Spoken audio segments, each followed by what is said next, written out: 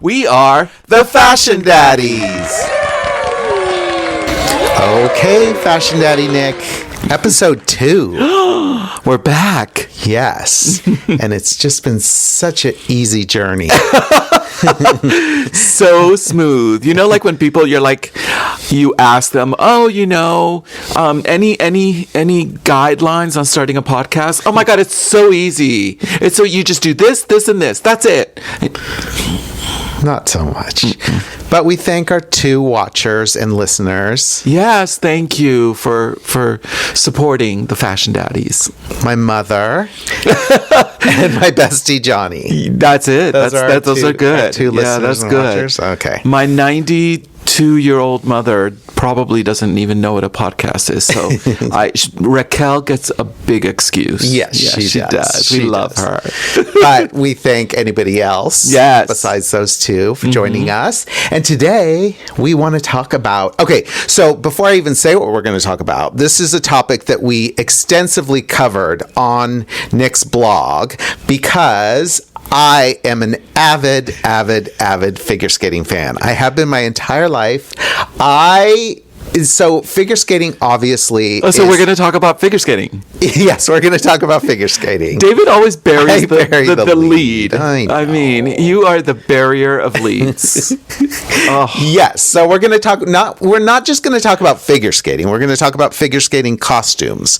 Yes. The fashion of it. Quote unquote. But yes, give the provenance. The provenance is I've always loved figure skating since the beginning of time, and for me it truly is. It's a sport. Everybody knows it's a sport, but I treat it like men and some women treat football. I know, what every score is, the calculations, what every jump, how many points, the GOEs, the inside edge of the skate or the outside edge. David is which I guess that's the true, that he's a true fan, because when they're doing a specific jump, like he could totally be commentating for Peacock or ISU, probably Peacock, but because he knows, and I can't tell the difference between inside edge, outside edge. Like I said, I just want to talk about the costumes and the music and the way a program, a skate, has it made my heart skip a beat. Right. And that's what is so wonderful to me about figure skating, is that it is a sport, but you have all the beauty and you can watch it and enjoy it for multiple reasons. So it's made for you, for that kind of fan, and then this kind of fan. I always like to say that I sort of was a figure skating wife. Right? Yeah. Because you would always be watching all, for years and years and years, and I'd sort of just be in the background, being, like making the pizza or the popcorn, pretending to be like, oh yeah, whatever. But tell our fans, our 2 fans who probably already know this. Yeah. What kind of turned it all around? Well, going back to Project Runway, when Nick was on Project Runway in season 2, they had a challenge that was to design the skating costume for Sasha Cohen, who was the big figure skater at the time. I mean, not as big as Michelle Kwan. Sorry, Sasha. Don't bring it up. Don't bring it up to Miss David Paul, because. But she was, one of the top figure skaters. She was it at that moment, and she was going to the Torino Olympics, and it was heading into the year of the Torino Olympics. So she wasn't going to wear this costume at the Olympics, obviously. But it was inspired by, and so the minute that challenge was announced, Nick lost it. I lost it. Yeah, I just lost it because up until that point, I was, like I said, like kind of a secret figure skating wife. And then this happened and I lost it. I mean, and I think they showed it on camera because I was the only one out of all the designers when we got to the skating ring. And I was like, wait, no. And then all of a sudden she's skating on the ice. And I'm like, oh my God, it's Sasha Cohn. Oh my God. And then I caught myself because I'm like, there are cameras filming this. And so now I really have to come out of the closet with being a fan and of the sport and figure skating and this is it. And I had a secret for my hubby David when I got home, and then having to wait 6 months until the episode aired. I held the secret, right? I think so. I can't remember. Yeah, because I was like, oh my God. It was like, because I couldn't wait. I'm like, just you wait. Of all challenges that are in my season. Well, your excitement paid off because they then sent you to the Torino Olympics. That's right. Yeah, so you didn't win the challenge. No. And you didn't win the show. No. But we got to go to Torino, Italia, and be at the Olympics. And do figure skating commentary on the costumes, which is a full circle moment. It was with Mary Carrillo. Yes. And with the famous Dick Button. Dick Button. Of course. He was sitting there. He wasn't on TV with me, but he was there. And of course, he's an icon. So of course I knew. And I think I introduced myself, and David and I both introduced. And he had no clue of who I was. And what did he say about me? He goes, "Who's the guy with the hair?" Because I had that faux hawk, from the show back then, that unfortunate style. It was very early aughts, okay? Okay, let's start with Ilya Malining. Yes. From America, from the U.S., the Quad God. The Quad God. And right off the bat, there he is. And I want to talk about his free skate costume. Okay. But before I do that, let's talk about the music. Okay. And it was, I think it was, the title of it was called A Voice. And I've got my notes here. And it's a mix of instrumental music with some voiceover. Yes. And I think when he was interviewed, he talked about the concept. He said it's, the concept of the free skate is him talking in detail about how you can develop and transform as a person, going through all your past experiences and flashbacks. All those memories help build the person who is now and who is in the future. And speaking of the voiceover, the voice is who, Daddy David? It is Ilya himself. He did his own voiceover. Yeah, he did. Yes. Yeah. Costumes. Yes.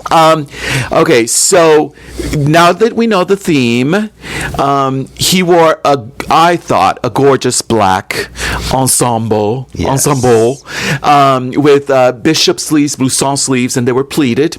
And then the front and the back, it was sort of attached to this corset-like bodice top with a high neck. And by the way, he kind of had a haircut style.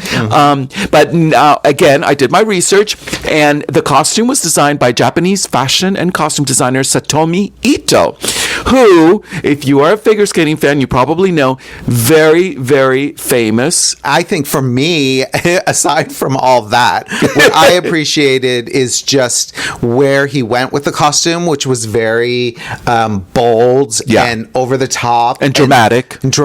And very figure skating. And what I mean by that is it's known for its embellishments and over the top, and male figure skating costumes have become a little stale and boring Yeah. for many of them. Not all of them. Not all of them. Not all of them. Yeah. But some of the top American guys from the past Yeah. have been lacking, let's just say.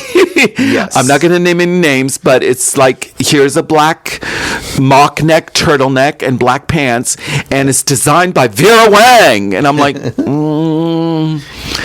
give me something more, Yeah. please. So I appreciate that he knew that it was an Olympic year. He knew that it was a big moment. Yeah. He is really making the most of that moment because Yeah.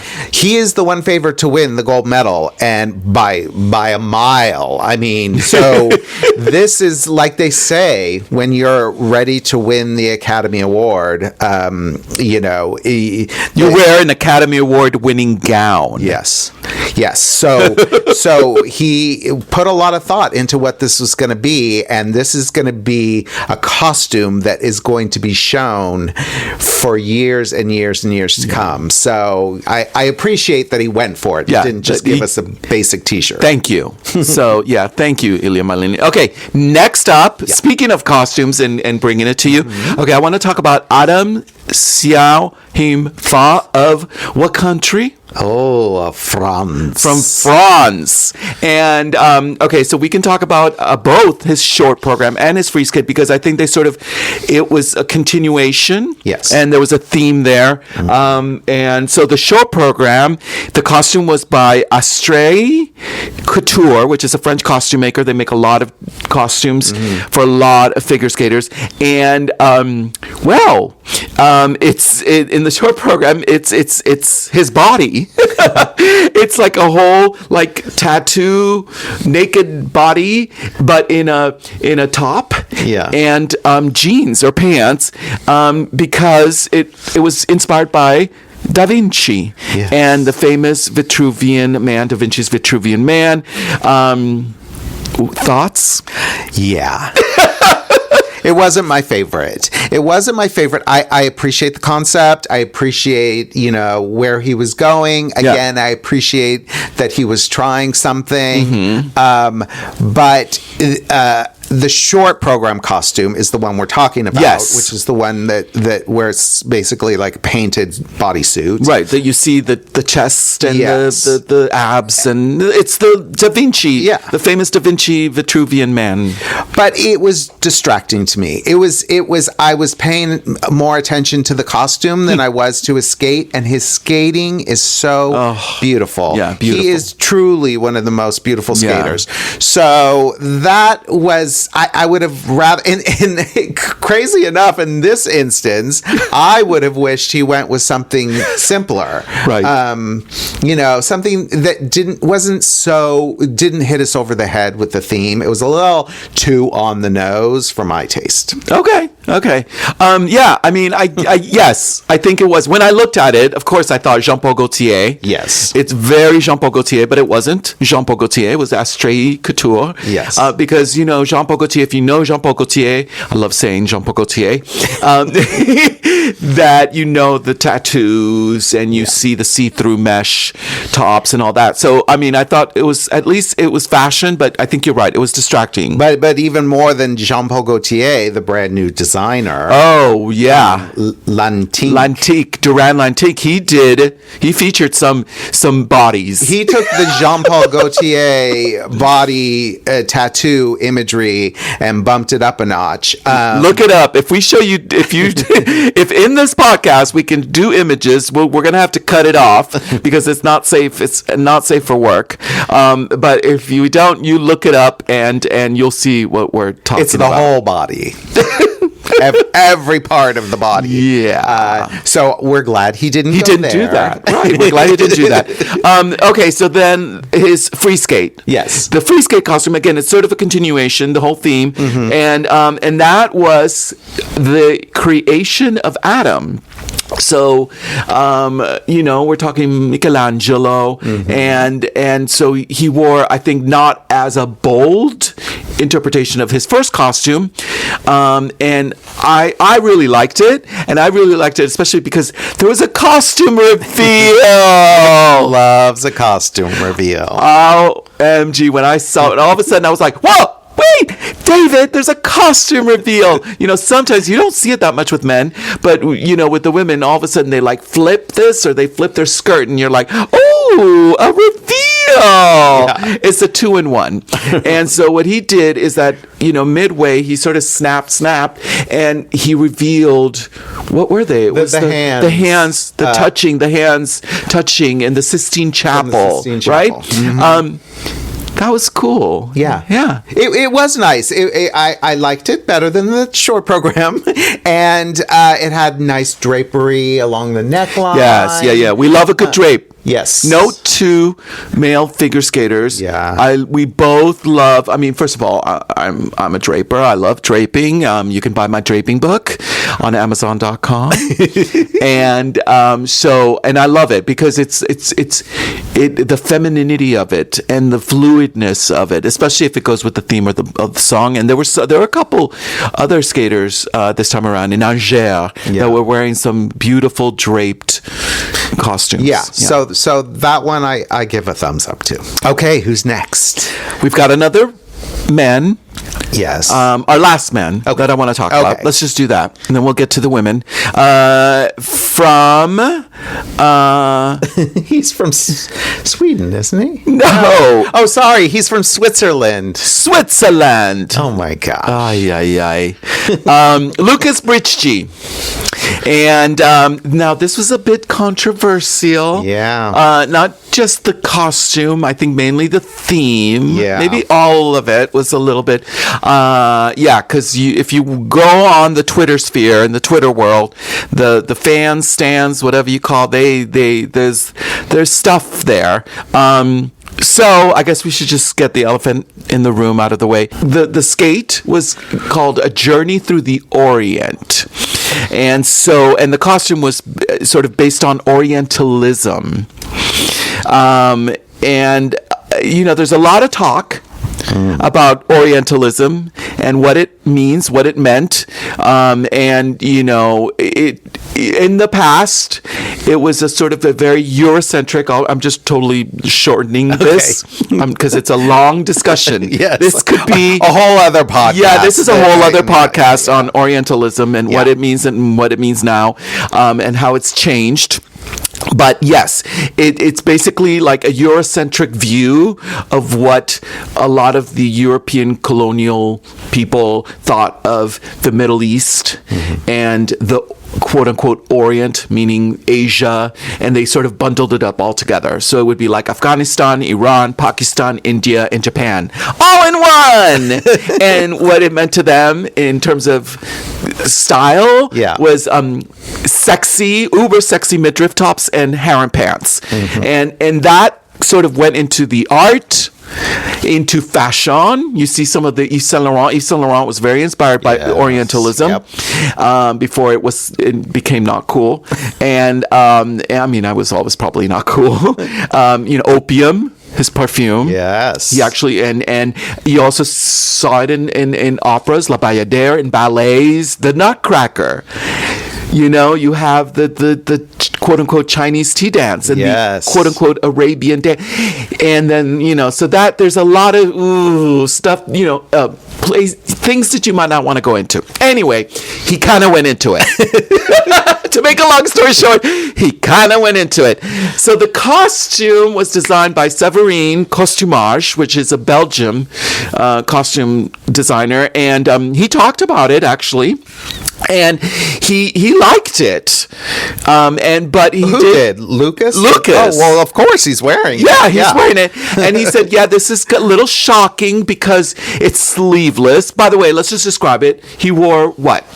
It was like a sleeveless vest, and then he wore a modified harem pant. Drop crotch. Sort of a drop crotchy pant that was sort of of course, like those pants are, they're a little shorter. Yeah. And I think they tucked into his boots to give the effect of sort of like, a high-rised pant. Right.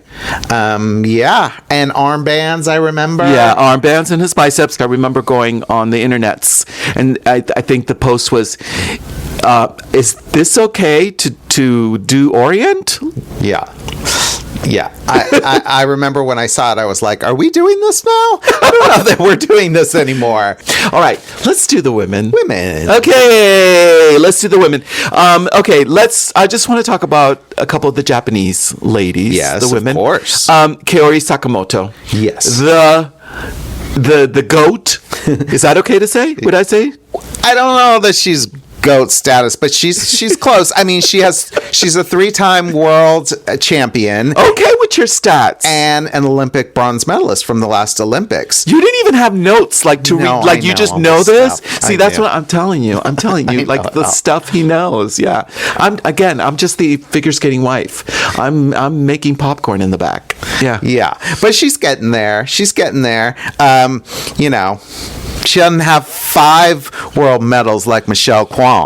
Here we go again. Or 9 national titles. I wonder how many national titles she has. I should know that, but I don't. Michelle? No, Michelle has 9. I don't know how many Kiori has. Yeah. Yes. Yeah. She's all right. But on to her costume. All right. Her costume. And yes, it was actually free skate costume. Let's talk about that. And that was also a Stray Couture. And it was an Edith Piaf medley that she skated to, and I loved it. It was, the music was La Vie en Rose, Patricia Cott, Edith Piaf, very French, even though the Olympics will be in Italy, but I did love that look, the costume. It looked elegant. Yeah. She had the necklace on. It was almost like, you could just see Edith. She was vibing like Edith Piaf, singing on stage, being the chanteuse that she is, and the red, it was this sort of almost blood red color, and it had like an ombre shading to it, and they opened the nude illusion. I loved it. Yeah, it was beautiful. I loved the pearl necklace. Yeah. Which was really great, and the drop, the exposed back, right? Which is always beautiful. Yeah. It was beautiful. Yeah. I mean, the matching lipstick. I thought it was great. It was really good. I'm not gonna probably put it in my top of the year. Well, we just started. I know. Okay. So, okay. But it's nice. Yes, it's nice. It's Kaori Sakamoto. So, okay, another Japanese skater. Yes. That I want to talk about, and it was Ami Nakai, who I believe she got the gold. She did. Yes, she burst onto the scene. It was her very first Grand Prix competition in seniors, because she was a junior, right? She was a junior before, and she'd be doing some triple axeling. Yeah, right. She landed a triple axel in her short program, which is not an easy feat. Very few women can do that. So she's one to watch. Didn't she do like 2 triples, like in the free skate? Wasn't that like a big deal? No, a triple. No, everybody basically does a triple at this point, Nick. But yes, he's throwing me skating shade. I'm okay with it. I'm okay. Yes, I want to talk about her show program. Okay. Because first of all, she just came onto the ice, and I loved it immediately because it was so graphic. Now, she skated to La Strada by Nino Rota from the famous, iconic Federico Fellini film. Now, a lot of skaters, particularly female skaters, have skated to this. It's a popular skating music, and so I've seen variations on this striped clown look, which is paying homage to one of the big female character, Gelsomina, and she's traveling around like a vagabond, almost homeless, and doing clown shows, and in the poster that you see and in the movie, she's wearing the striped top and worn skirt and worn clothing, like I said, just very like homeless clown adjacent. Yeah. And so immediately I recognized, the homage with the striped top. But what I really loved about it is then when the camera panned up really close, it was all sequins. So it was very... Speaking of, it's like Jean-Paul Gaultier couture when he would do his famous sailor tops, and they were striped, and it just looked like navy and white, but they were all hand done sequined stripes. It was crazy. And so I love that, and I love the fact that it was also worn. So there were places that it looked distressed, where it was like unfinished. And that again, it paid homage to the character in the film. It was really creative how they distressed the beaded top. So you've got your figure skating beading going on, of course, but they interpreted it with the distressing of it. It was a very modern interpretation, I thought, but at the same time, it was youthful because she's very young. And so it didn't take her outside of who she was, and so it kept that feeling, and she looked great, and it was a perfect short program costume. Because oftentimes the short program's a little more fun, it's a little more light, a little more quick, and so it had all those elements as opposed to being very serious and dramatic. Like she wasn't trying to give you Ice Princess. No. Look, I loved it. And she had a flippy, young skirt to it with a little slit, a black skirt, the top, graphic, and it just stood out in that white ice. I thought it was great. Okay, who's next? All right, let's talk about Isabeau Levito. I thought you'd never get to it. Well, I saved her for last. So American. Yes. And would you say she's our top female skater or one of the top? Is this going to be controversial? She's one of the top skaters. She is a national champion. She has been a national champion. But Alyssa Liu, who came back on the scene, won the world. She was the gold medalist. She did. And what about Miss Amber Glenn, Miss Triple Axel. Triple Axel. So we have some contenders. And she is a national champion also. So speaking of nationals, where are we going in January, Daddy David? We are going to the nationals. We are going to go to St. Louis, Missouri. We're very excited. Yes. Costumes by the famous costume designer for figure skating costumes, Lisa McKinnon. Props to Lisa McKinnon. She does some gorgeous costumes, and she didn't fail us for this season. So I do want to talk about both of her, Isabeau Levito's short and the free skate, the short program. Now, the short program was she wore a red costume, and this was to music from the House Boat soundtrack as well as the Millionaires. It was Sophia Loren talking. The songs were Almost in Your Arms and then Zooby Zooby Zoo. Zooby Zooby Zoo. Okay, I don't want to get copyrighted, but it's great. It's so perfect for Isabeau, and the red costume. She just looked very classic. It was just perfection. Again, she's wearing this necklace, and then off the shoulder sequined costume, off the shoulder backless. You could almost see Sophia Loren. In one of those movies in the 50s, wearing such a thing and starting to give it to the boys, honey. Well, we have a long way to go this season. Okay. I mean, it's going to be hard to beat as being one of my favorites. Ooh. It was perfect. I mean, not good. Yeah. It's so good. It is. Lisa McKinnon is my favorite. I have never seen a costume that isn't amazing. That all of a sudden we did our research and we looked and we're like, it's Lisa McKinnon. I will say this is, I think, is high praise. Go. She's like the Bob Mackie of figure skating costumes. Yeah, she just does everything right. She has such a great, distinctive style that is beautiful and elegant. Yeah. Can you tag Lisa McKinnon on a podcast? Hashtag. So anyway, it's gorgeous. Isabeau is a just classic in every way. Yeah. And so the costume just even bumped that up. I think I remember telling you, I said right after she saw her, even while she was still skating, I said to David, I said, this is so perfect and classic. Anyway, and then we can talk about last but not the last one, her free skate. And that was, I think she skated to Cinema Paradiso. And she wore like a lilac lavender costume with gold applique embroidery.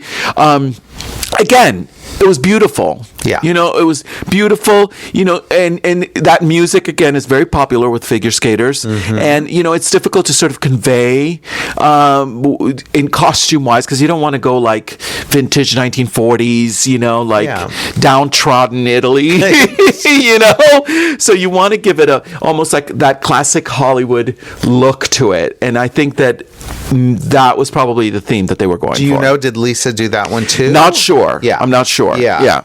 It was beautiful. Oh yeah, wait. I think she did. Sorry. I think that Lisa did. Yeah. Well, it was beautiful too. Both. And I think they both reflected the program and the program's music just perfectly. Yeah. And so, so far 5 stars for Isabeau and Lisa McKinnon. So last but not least, I want to talk about Guillaume Cizeron and Laurence Fournier-Baudry and their free dance. Do you want to... Okay, if you're watching this, hopefully, you are already a figure skating fan, but do you want to give a little synopsis of what's going on? Oh, yeah. Well, it's a lot. So we will try and make it brief, but Guillaume Cizeron is an Olympic gold medalist with Gabriel Papadakis. Yes. For France. And he, they got their gold medal and they had retired.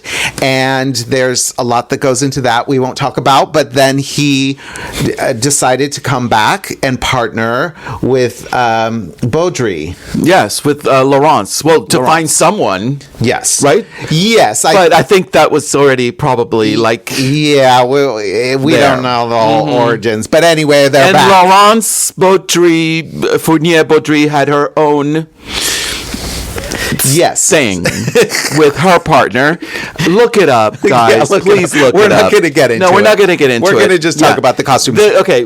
Exactly. But this was their very first competition, and they were competing against the Italian team and also the British team. So there were 3 top teams, and not always do you see such a high level of competition. Top. In these events, because your whole goal is to win 1 to 2 of them to make it to the final. So you're kind of, all the countries sort of figure out, okay, this top skater's going to this event, so we're going to send our top skater to that event. Because they know they would probably win. So at least they got that. Yeah. Right. But in this situation, 3 of the top teams were there. So it was quite a competition. Okay. So, I know we're going to talk about the costumes. Yes. The other stuff, like I said, you all look it up. You all do their... Okay. So this is like the first time, that people see them on the ice. First time. I will get to the costumes because the skate... I know that there's controversy out there to them even being together and all that, but oh Lordy, they done got me. And along with that perfect pairing were perfect costumes, in my estimation. Yes. Yeah. Yes. I think seamless is the word that we're going through here. It's like they've been doing this for 10 years together. Now, again, I do my research. So what was this about? What was the music? What was the theme? So the music was from the Whale soundtrack. Oh. Now, we know that the Whale has nothing to do with water, Yeah. or that sea animal, right? But the costumes were more inspired by the aquatic universe, which was interesting. If you don't know The Whale, of course, it's about a morbidly obese man and his relationship. Brendan Fraser, Brendan I think he Fraser. won an Oscar. He did win for the it. Oscar. So the whale is I think a symbol of something else. But what Cizeron and Fournier Baudry, they basically, and I have some quotes here, they said they wanted to make the theme, be the music was supposed to be a metaphorical dimension with a very aquatic universe. This is what they said, that's what inspired them. And basically thinking about working around water to nourish their movements and their interpretation and everything that water represented. And when I read that, Yes. I was like, got it. When you look at their costumes, again, they're blue. Yeah. They're aquatic, kind of aquamarine blue, modern, chic, sexy, seamless, second skin. And if they said that they wanted to have that, what water feels to some people. When you get in the water, there's a sort of a cleansing. There's a sort of a feeling. It can take you to another world, obviously. And the costumes, they did that. They both looked like these gorgeous modern sea creatures. Yeah. I mean, it is a style that he has basically done his whole career. Yes. But if it ain't broke, don't fix it. Yeah, you yeah. know? And it's a modern skate. He is sort of like a modern dancer. So the costumes reflected that. The beautiful drapery of them and the clean lines. Beautiful. Just as beautiful as a skate. It was, a lot of times you see with skaters, especially with eye stands or pairing, you see it's like there's the male and then there's the female. Yeah. And there's a separation. Oh, here's the guy, here's his black shirt and black pants, and here's the girl, and she's got the crystals. It's like, and this is also what he did with Papadakis in terms of costumes. Whoever designed and created their costumes as well. It was just seamless. It was just seamless, and it didn't take me away from the program. It brought me even deeper into. I wanted to dive into that aquatic universe with them. Yeah. Well, it's going to be an exciting season because it's already, we're heading to Cup of China. That's next. That's next. And we get Amber Glenn and we get Alyssa Liu. So we get new costumes all around. Great. So I'm excited. All right, stay tuned. So hopefully we can continue this, the new version of Ice Style with Nick and David. The Fashion Daddies, really. With the Fashion Daddies. So if you like fashion, if you like ice skating, Project Runway, stay tuned. And don't forget, what, Daddy David? To like, subscribe, and share. And get our new book. The Basics of Pattern Making for Fashion Design. It's amazing. Available on Amazon.com. Get it now. See you next time. Ciao. The Fashion Daddies is created and hosted by David Paul and Nick Varios. It's produced, edited, sound mixed, and scenic designed by David Paul. I'm just here to entertain.